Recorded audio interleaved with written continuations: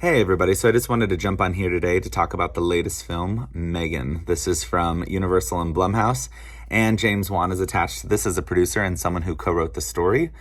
Now, anytime that I see James Wan attached to anything, I am usually intrigued because I really like his aesthetic when it comes to horror, and I really like the movies that he's put out over the years, even if they weren't always ones that I was the biggest fan of, but I still really appreciate his touch when it comes to this genre.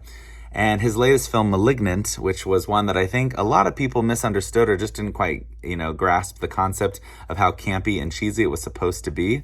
I really think movies don't get made like that anymore, and I'm really glad that he put something out that was very much like it and just had a lot of fun with it. So when I saw his name attached to this when the trailer dropped, and then I saw the trailer, I thought to myself, this looks ridiculous, and I can't wait to watch it. Now, in case you're not familiar with what M3GAN is about, it is about a young robotics engineer who works for a toy company, played by Allison Williams, and her niece Katie.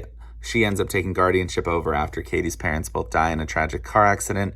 And in an effort to kind of help Katie, get through the grief and move forward with life, she uses her latest project at work, which is this life-size toy that she refers to as M3GAN, to kind of help Katie cope with everything that she's going through. And of course, what you gather from the trailer is that comes with some deadly consequences. And I was pleasantly surprised how much I enjoyed M3GAN. I went into the movie kind of thinking to myself, okay, this is definitely going to be a cross of Annabelle and Chucky. You've got the life-size doll, which looks like Annabelle, creepy and weird, but then it has the sense of humor and just that funny, just comedic timing that Chucky always gives us, which we're always laughing at. So I went into the movie with that in mind, and I had a really good time. I didn't go into the film with an expectation. I just wanted to be entertained. And that's exactly what was given to me. Just in under 2 hours, I couldn't stop laughing. I even jumped a few times. I think the movie gives us a nice blend of both. What I was more surprised by was just how there are moments in this movie where I thought direction-wise, artistically, I thought were really well done. I didn't just see this movie as a complete joke, because I think some people might get caught up in the trailer and just, as soon as M3GAN starts dancing, and of course that became like an internet phenomenon, and just how that became like the meme of the week the second that we saw this trailer. You could probably think that this movie overall is going to be a laughingstock, but it's actually not. There's actually moments, and there are real horrific moments.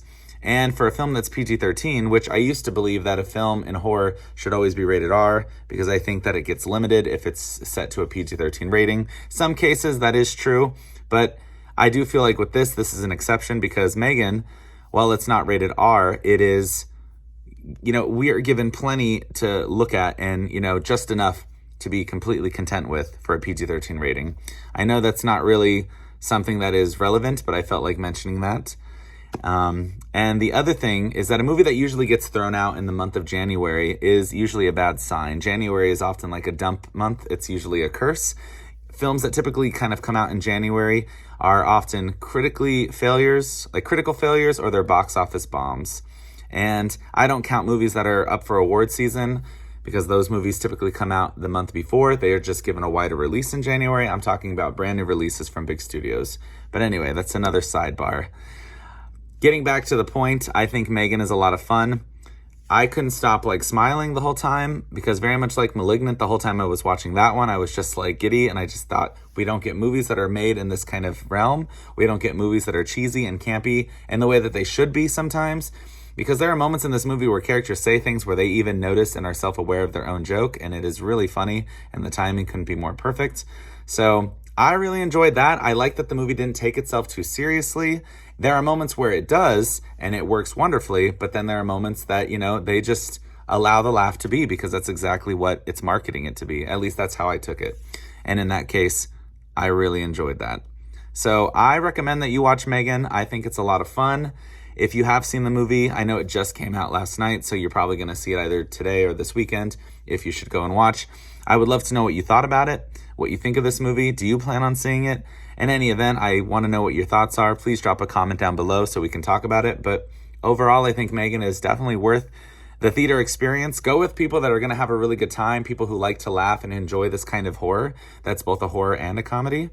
And really just, turn off your brain and just have a really fun time. That's all I can tell you. So take the people closest to you that are going to enjoy themselves and just enjoy the weekend. It's the first big movie of 2023, and I think it's a great way to begin.